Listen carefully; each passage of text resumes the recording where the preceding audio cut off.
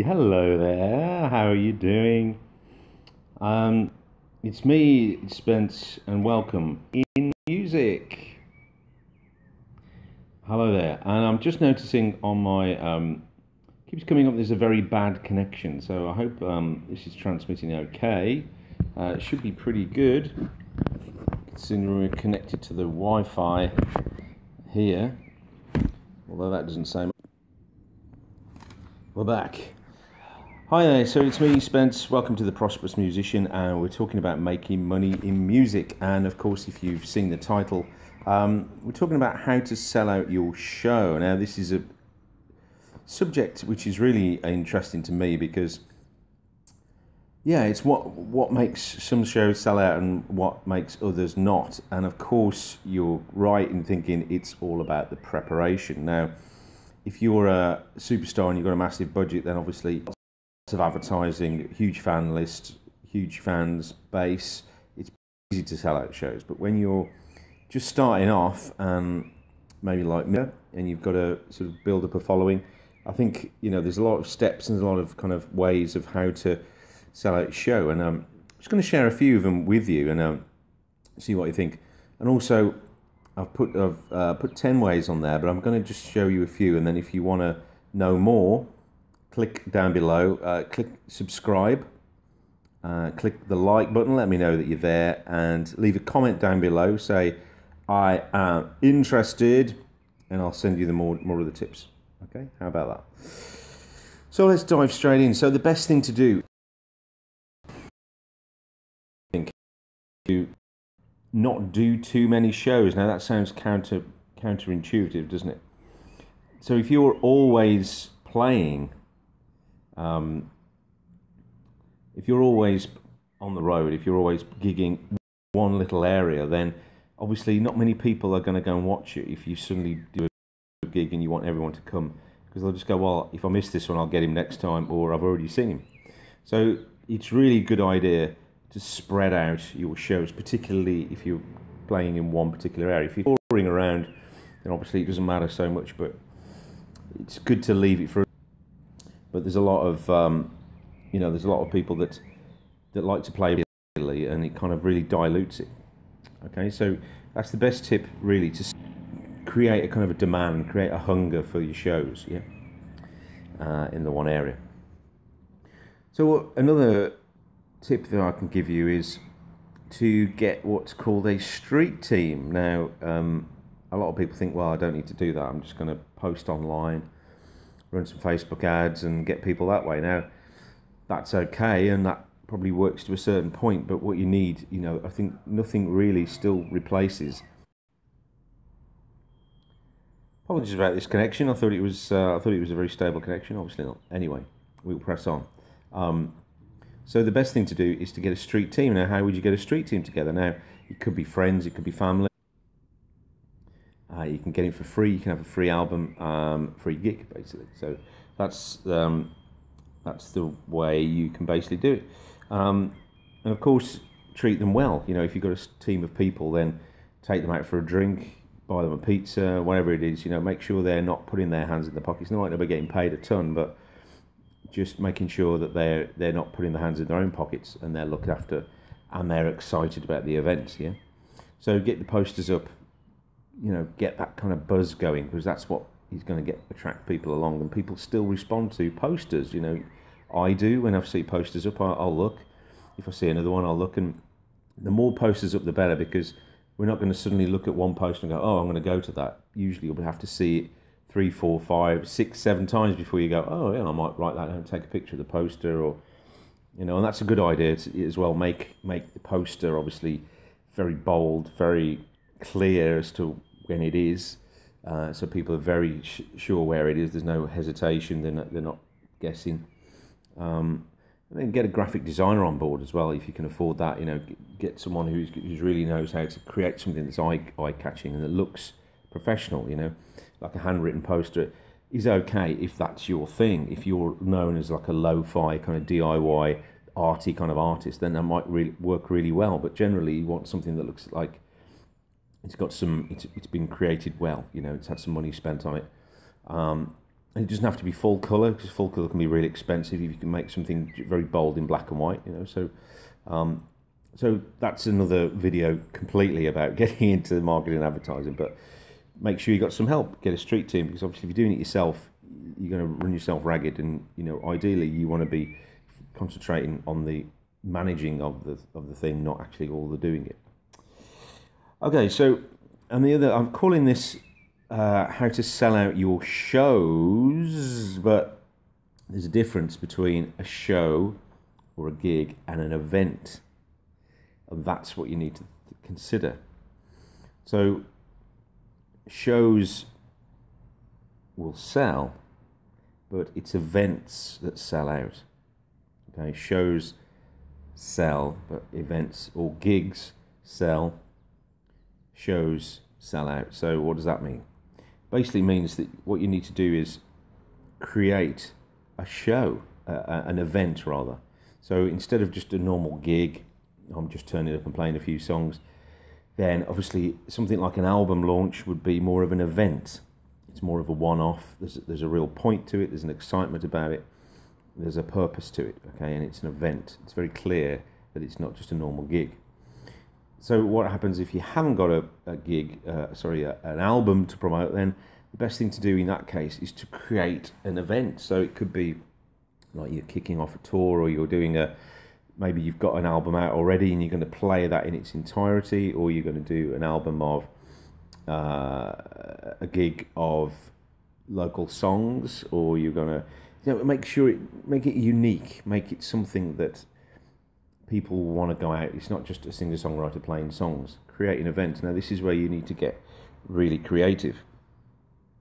And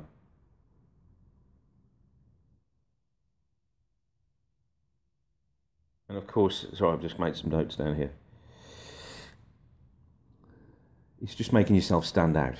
That's all you got to do. And it's not hard nowadays, because a lot of people are just doing gigs, and it's a lot of people at this level, they're not really putting that much creativity into their events.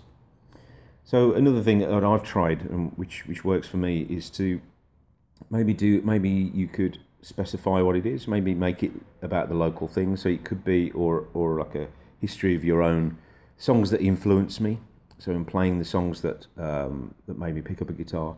Now that already has got a theme to it. It's a bit more interesting than I'm just playing some songs at the Dog and Duck, or I'm on, third on the bill. Make something that you would go out and see. So it might be songs about a local area, or it could be, as I said, songs about a certain period of time, or it could be, all the B-sides of David Bowie reinterpreted, or something, anything that's going to make people go, oh, well, that sounds interesting. Okay, so make sure it's an event, not just a show. And another tip I'll give you is getting a sponsor. Now, this is something that I've done in the past, which really works and can really give you a massive boost if you think about it. So the best thing to do is think about the kind of people that you're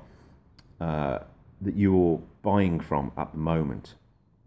So it could be a certain kind of beer, or it could be a kind of food or a snack, or a service provider that you use a lot. And what's to stop you saying, okay, well, I'm playing a show in this area, how about you sponsor it? Now, you might not be able to command a huge amount of numbers, but if you're approaching a local business, they could be really interested in that. So in return for, if you pay for some printing, I'll make sure your name's on and I'll name check you on stage, or I'll promote you. If you put a banner on the stage, you could be sponsored by that. Or if you want to have a representative there selling some stuff at the back of the stage, that kind of thing. Whatever it is, give them a win-win. Give them something that they're going to introduce their business to new people who are going to be maybe interested. Now, I use a lot of cars. I don't own a car at the moment, but I hire cars a lot. And I've got involved with a car hire company, and they're very interested in sponsoring me. Now that potentially could be huge because it's a national car company. I've also gone through the PRS. Now the PRS, you might not know this, have the Music Foundation, PRS Foundation, And if you look on there, there's little pots of money available for different things. Now, I've gone through the PRS Foundation, and I've also been sponsored for a TV show that I did out in New York last year.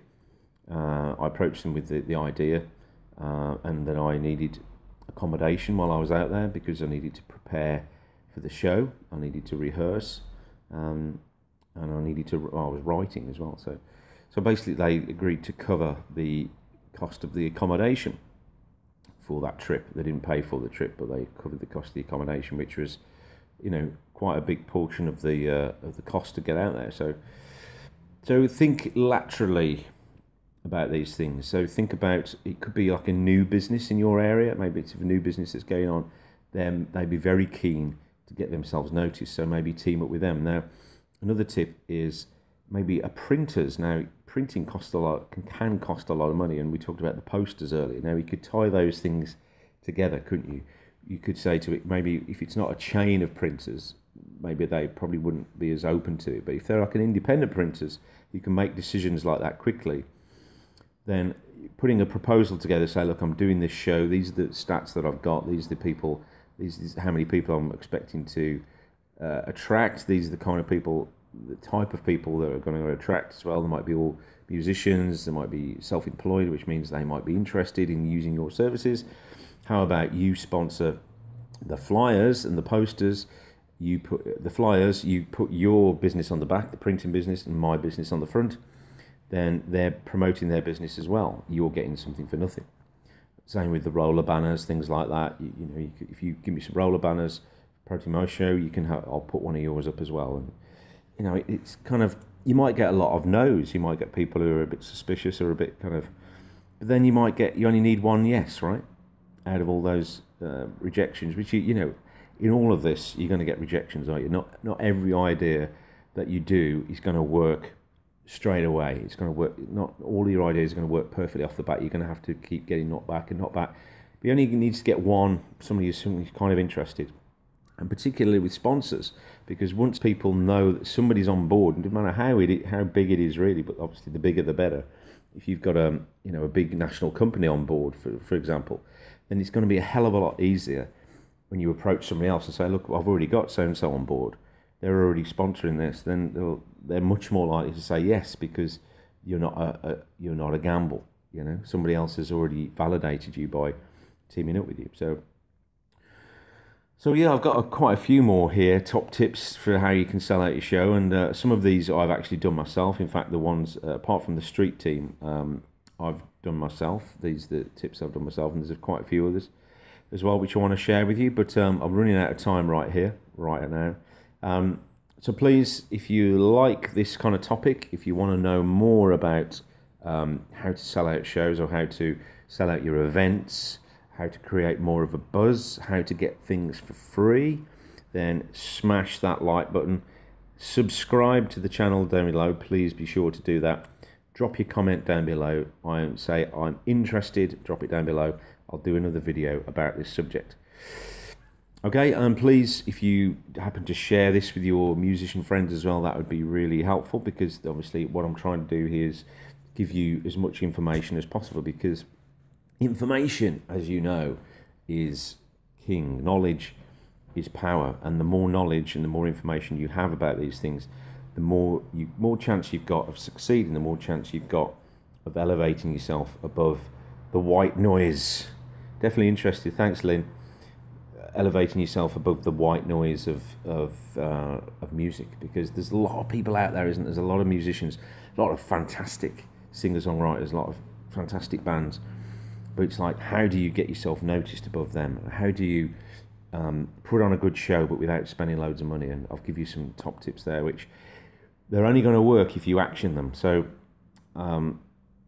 make sure you like, share and subscribe, but also make sure you take action, and hit the comment below and say, yes, I'm going to take action, and tell me the results down below, because it's all very well listening to this, but it's only going to work if you work it yourself. So thanks for listening. This is Spence on The Prosperous Musician, and I'll see you on the next one.